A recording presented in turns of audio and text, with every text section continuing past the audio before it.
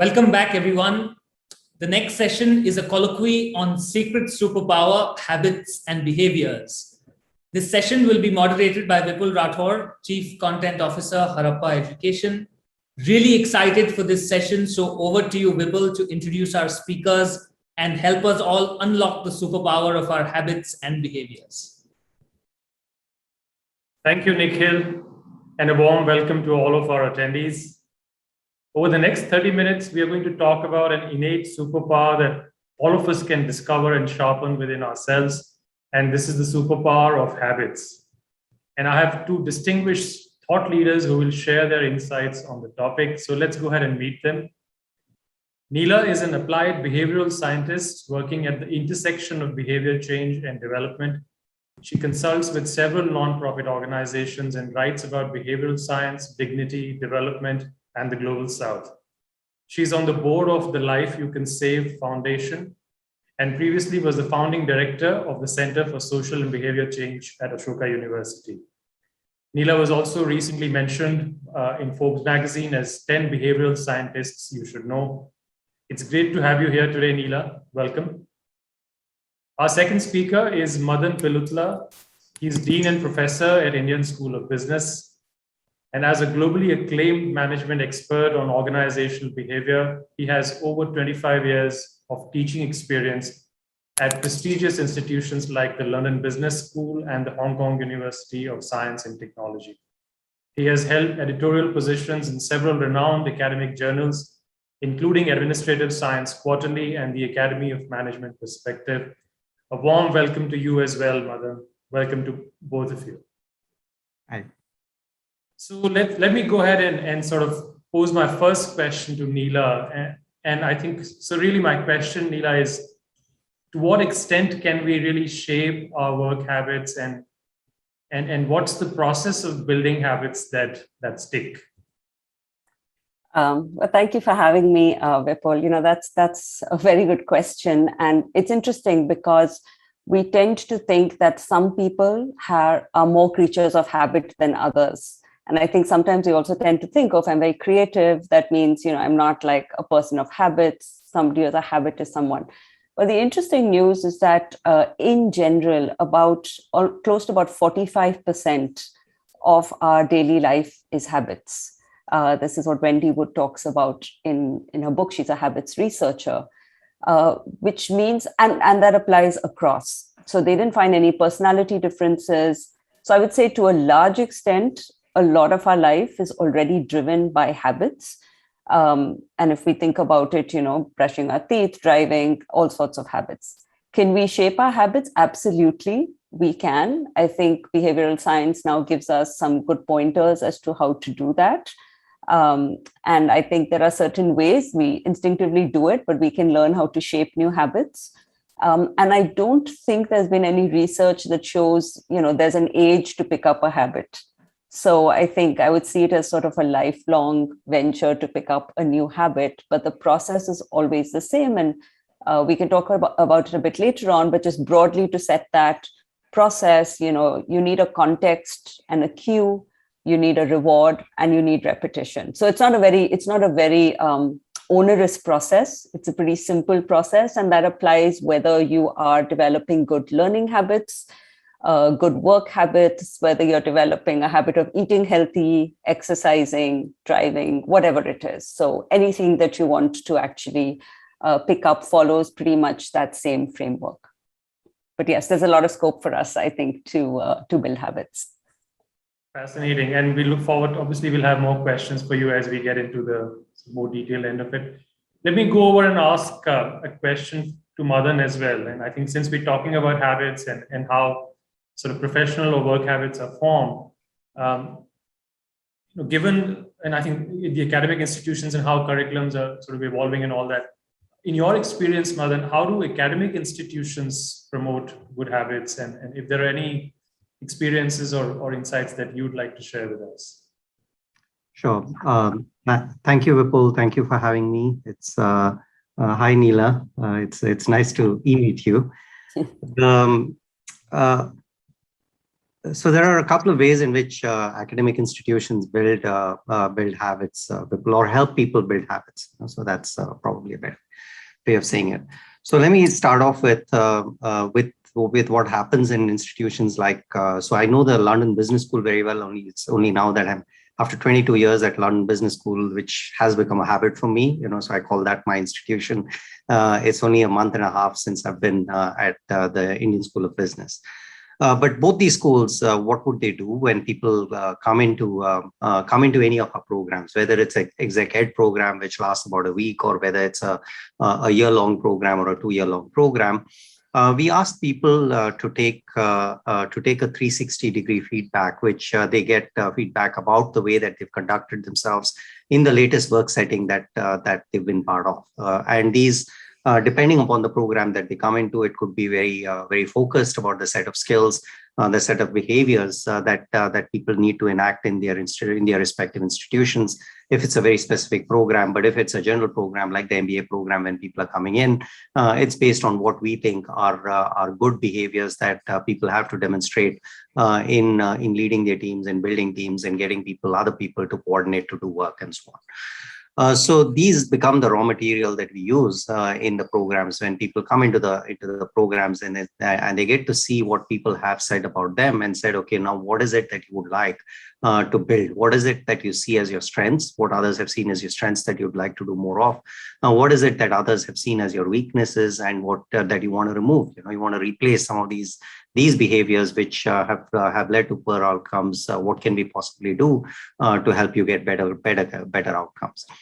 And as Neela pointed out, so a lot of this is so when we are trying to unlearn, in some senses, we are trying to unlearn some of the behaviors that have let us down, or to learn behaviors that are going to hold us in good stead. So the early part, the early process, and again, I completely endorse the view that Neela has. Research suggests that age is not a barrier for us to develop these new habits, whatever these new habits are. So the first process is a deliberate process, right? So, and then becomes is to say that these are the things that I need to do. These are the things that are triggers for me to act in particular ways. And these are either I use these triggers to have new behaviors, or I use these. I think about like, how do I remove these triggers for the bad kind of behaviors that I have been exhibiting over a period of time. So one is a deliberate process. The second then becomes a careful assessment of what do I need to do? How do I need to do it? And it becomes about repetition and rewarding yourself, right? So that's what ultimately it really comes down to. In a lot of instances, when it comes to behaviors, right? So very quickly, and Neela will talk about some of this research. So some of it done by people like Katie Milkman at Wharton, a colleague of mine. I kind of, I've seen her since the inception of her career, so I feel some kind of paternal pride over the way that she's developed and the kind of stuff that she does. But some of the research, it comes down to, so these behaviors that you're talking about, they don't have to be rigid. They don't have to be inflexible. When you're talking about rewarding yourself, one form of the reward is also having fun when you're doing some of the things that you're setting out to do. So that's the part when people come into the programs, that's what you attempt to do. The second element of what we do is that we provide people with coaching, right? So in any of the programs that they come to, so you think about the great sports people in the world. It's not just that introspection. It's not just that that they cultivate and develop all of these behaviors without someone who's an expert who sits with them. And it's not, they don't do it for them, but they point out to them what are the things, that they need to be thinking about and that they need to be doing going forward. So that's most good business schools in the world. They will have this, so they will absolutely have this, because behavioral change is one of the things that you hope to achieve, whether it's a 1 week long program or a 2-year long program. And behavioral change, ultimately, it gets cemented only when it becomes a habit, and of which Neela is going to talk a lot more, because she said it very pithily, right? So, but I'm sure she's going to expand upon the habit formation process itself. And that would be probably your next question to her. It absolutely will be. But before that, I have a question for our audience, attendees as well. So we do have a quick poll, and we want to get a sense of, do you have a structured way to systemically instill habits in your organization and in your company or campus? So Please go ahead and vote now, and we'll leave the poll on for a few seconds.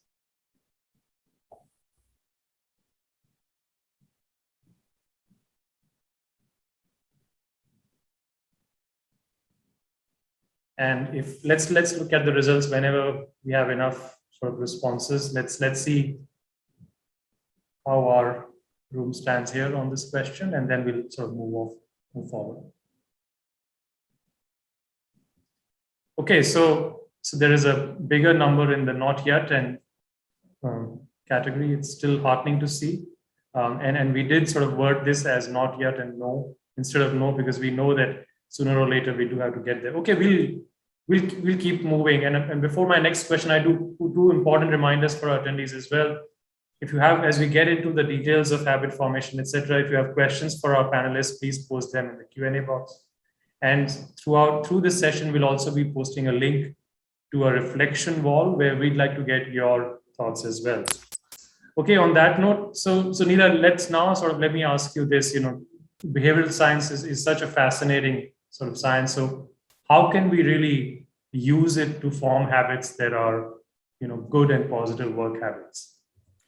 So the first thing I think, and this is something I keep talking about in behavioral science, I think the one lesson I've learned from the research is that contrary to what we think, we don't necessarily drive all of our actions the way we believe we do. We are actually, we believe that we're in control of everything. We're actually this tiny little rider sitting on top of a 6-ton elephant and believing that we are getting the elephant to walk along. But believe me, if there's some conflict between the elephant and the rider, we are not going to be anywhere. So I think it's a very humbling sort of thought that, we have less control than we believe ourselves to. And the reason I say this is because sometimes we tend to think if someone does well, it's because they're high in self-control, right? We tend to think, oh, I can't be that person because, that person just has amazing self-control. What's really interesting in the habits research is when they actually ask people who have really good habits, like they eat healthy, they exercise, they actually face fewer self-control temptations. So they report that, it's not that they have overcome self-control, they've just put themselves in a context where they don't even have to think about those temptations. So if you want to study, there are two ways you can do that. You can sit, in the middle of a party and you can try and use heroic self-control to still concentrate, or you can take yourself off to the library where you have no choice but to concentrate because it's quiet, you may not even have an internet connection, you can focus on the work. You could do one, the self-control and be a hero. It's not going to last for a very long time. And it brings me back to why we call this sort of a secret superpower, because the whole point about habits is to free up cognitive load. So every decision that we make, there's this term decision fatigue. Every decision we make, no matter how small it is, should I go left or right, imposes some sort of residual fatigue on us. The more we can automate some of these decisions, the more cognitive load is freed up for us to then do the things and the tasks that really matter. So if someone were to ask me, should I develop good work habits? I would say that's one of the best investments you can make so that you can be more productive. Now, how do you what does behavioral science tell us about it? And I think Madan actually laid out a really good process, and that's pretty much best in class. Which is that, first of all, being aware of what behavior you want to change, which is, I think, that incoming work. And Madan, you talk about Katie Milkman. I love her work. And there are two things I particularly like. One is what she calls the fresh start effect, which is that there are certain times when, not necessarily just calendar dates, it can be your birthday, it can be coming to business school, it can be changing your job, when you're much more likely. So we don't tend to think about time in this, in this 365 day, we tend to think about landmarks. We can use that to our advantage to start a new habit. So it's much less likely that I'm going to start a new work habit in my last day of my previous job. It's much more likely I will do it when I start a new job. So, make use of fresh starts to actually think about a habit. The second thing that you have to do is to create a stable context. So habits thrive in a stable context. Okay? And they find that people who live with other people, particularly children, have slightly fewer. I talked about 43 to 45% of our life is habitual. The only difference is people with kids have slightly fewer. People who live with a lot of other people have slightly fewer habits than those who live alone. And that's because your environment is not as stable. So try and create that stable context. So if you're a student, you want to sort of create that structure around what you do and not say, oh, I'll just figure out what I'm going to do today.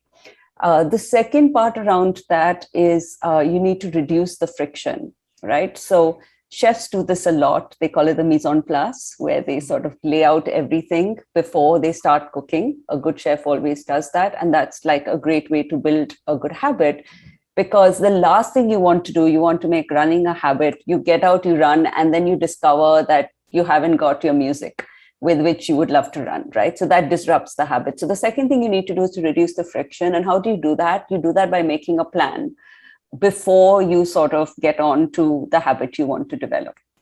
The third thing, and Madan talked about it, is you have to make it rewarding. We're not going to repeat an action unless it is rewarding. Now, the interesting thing with rewards is you can have a reward where you say, okay, if I study, I'm going to go and buy myself, a chocolate.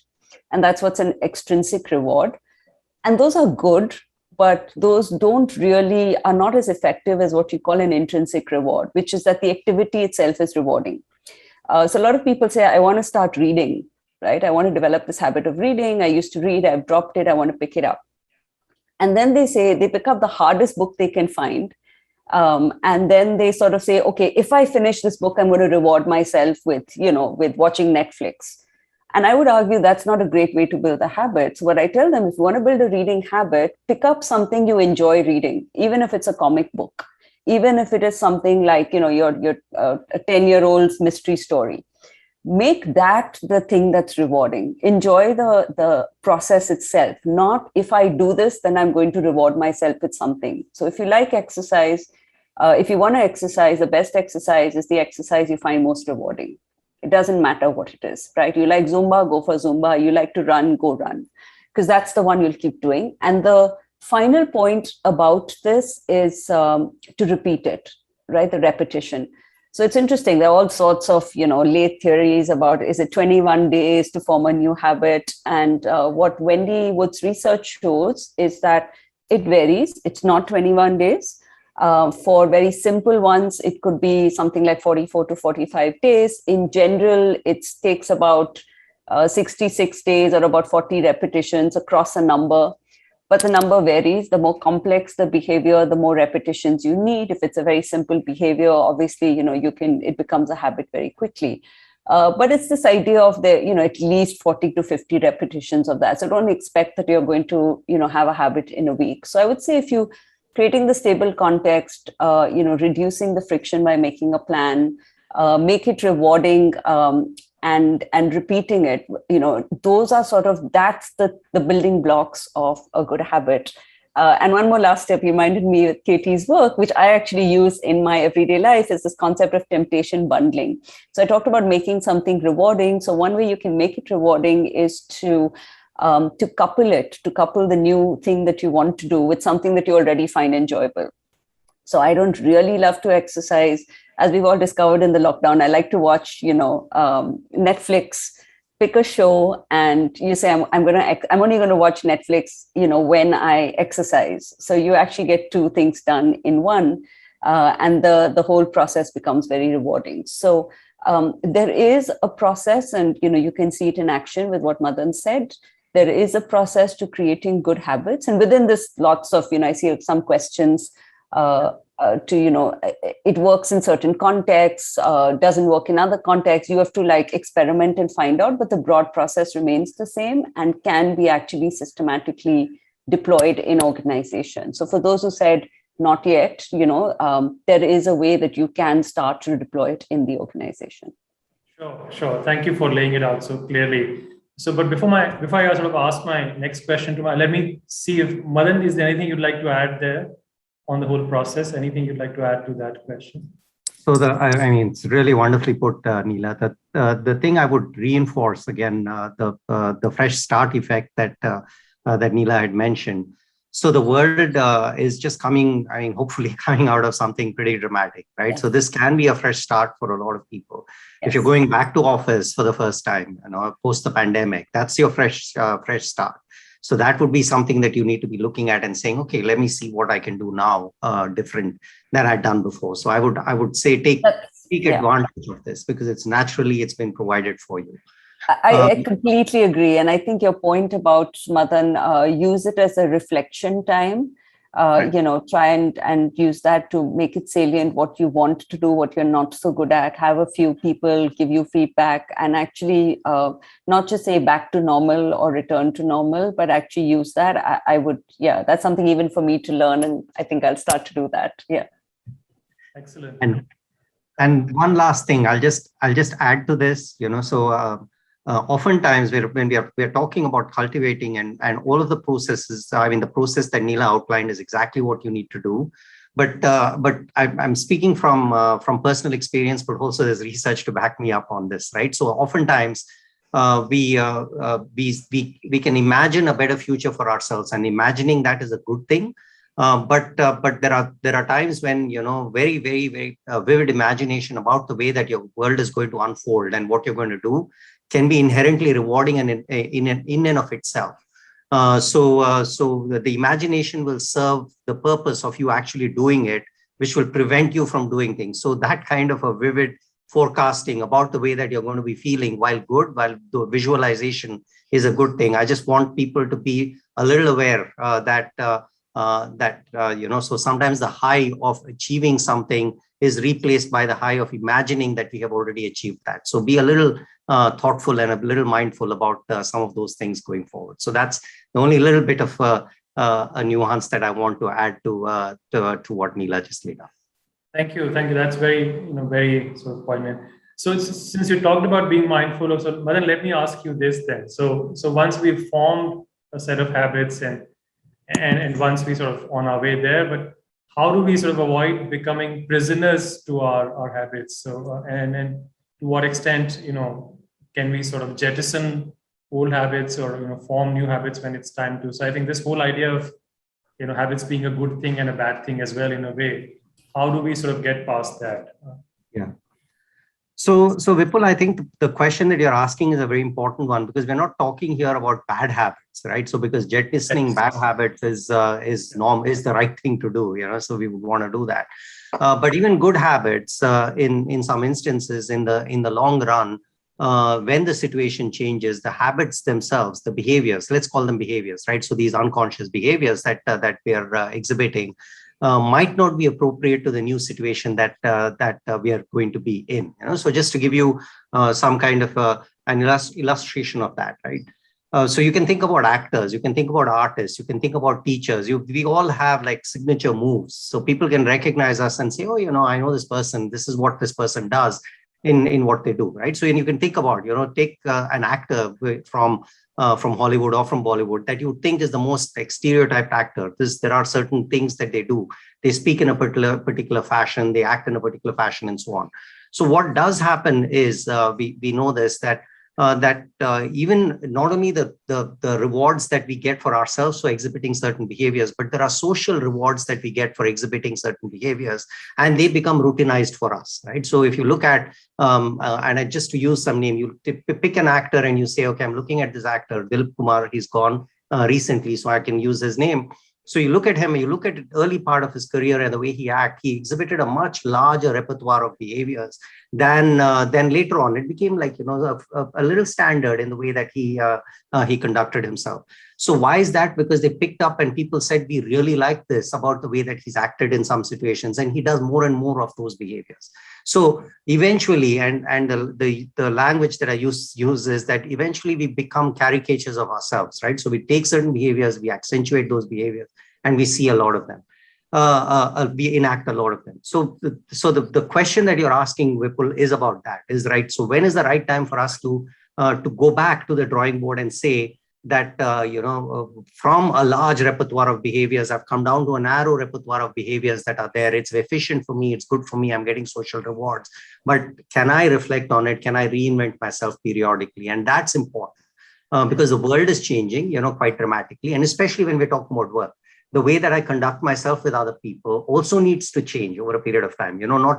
Not the universals where you treat people with respect, empathy, and so on, but there are ways in which, you provide feedback. There are ways in which you build a team. So these things change as you're moving along, and you need to learn how to do that differently. You need to pay attention to the research and other kind of ways in which people are acting, and you need to try to change that. So how do you do that?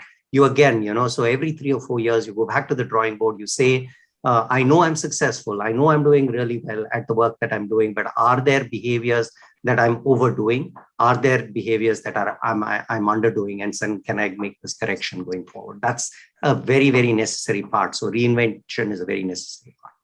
And just to add to that, I think that's absolutely becoming prisoners of our own habits. A couple of other points is, first of all, systematically doing that. I completely agree, like making a plan that I'm going to do it on this sort of timetable every couple of years, every year, even a reflection. Other ways to do that is really changing your context, right? So sometimes that context is thrust on us, new jobs, moving locations, etc. But you can try and change. And one way we do that often is to travel, where we try and at least temporarily put ourselves into a new context. Another part of context is social context. So joining new groups, for example, or getting in touch with new people is a great way to disrupt old habits. So, if you're in an organization, you're typically in a particular set of groups, you might want to join some other employee interest group just to get yourself, not just to expose yourself to different new things, but actually to form new habits. Because when you're with different people, your habit gets disrupted. So those are ways to sort of make sure you don't end up with, as Madan said, the most efficient behavior, but a caricature of yourself. I think just constantly trying to change context. Sure. So I know, I think we will still have time for a couple of audience questions, and I have quite a few from Aarti here. But let me pick one. I think there's a question about to what extent can temptation bundling work? I think that's a question coming in from Aarti. Neela, would you like to come in there? Yeah, so I'm going to sort of broadly say, to what extent do ideas in behavioral science work? Because temptation bundling is one idea, and there is the replication crisis. Some of you have heard about that, and all I'll say is that I don't think any idea works universally for everyone in every context, etc. So when we say to what extent does it work, I think it has been shown to work in particular contexts. But I always say this with behavior science: treat any finding as an initial idea and always test it in your context. Because it's treated as an interesting idea and test it, not just with temptation bundling, but with any other behavioral science idea. You just don't have to invent your own ideas if you don't want to. You can pick from this menu of ideas, but always test it within your context. Sure. And I do have a minute for a question for Madan. This is a question coming in from Veena. Very interesting question. Sometimes people, despite having good habits, drop them in later years. So do you have any tips on retaining good habits? So, and we do have a minute. So yeah, this is a quick answer. Sorry. So the question is, yeah. So one has to examine why the habits were dropped, right? So there has to have been some kind of a trigger which forces that habit to drop. So I can tell you, for me, so I was an avid runner, and it was knee surgery that dropped that habit for me. So there is, and then I didn't get onto any other kind of a habit, right? So so you need to try and examine that what that trigger point is that is there, and then try to replace. So in a lot of this, so a lot of what Neela was also saying is, when you're talking about triggers, when you're talking about context, when you're talking about situation, you can try and change the situation, but sometimes you're not able to. So then you need to try to replace that habit with something else, so that trigger. And the example that when Neela was giving about eating food, for example, right? So if you're watching a film and then you're eating junk food, then you say that I'll replace that. When I'm watching a film, I'm going to eat an apple, right? So those are the kind of things that you need to start thinking about. So that's where I would go to and I would say that if something that's a deeply ingrained habit has been dropped, something has changed in the situation, and we need to examine what is it that has changed in the situation that makes people drop that particular habit, and then can they use the new situation to develop a better habit, or to replace the habit that they have. And this happens all the time. I mean, the basic thing is context changes. When context changes, habits change. Habits are a product of environment. So you have to keep building, I think, a good habit, but using that same process that we talked about, context, cue, reward, and repetition. Sure. Madan and Neela, this has been a fascinating conversation. There's a lot that I'm taking away and I'll probably reflect on for the rest of the evening. This idea, Madan, that you gave us of a fresh start for all of us. I think it's such a positive way to frame the situation we're in. Neela, the framework that you gave us, which is how to build sort of good habits, is also something that will stay with most of us through the rest of the evening and later. I can't thank you enough, both of you. I'm so grateful that you could join us today and make this a very fascinating conversation. Thank you to our attendees for the excellent interaction on Q&A and on the reflection wall. And with that, I'll hand you back to Nikhil. Thank you. Thank you. Thank you, and bye.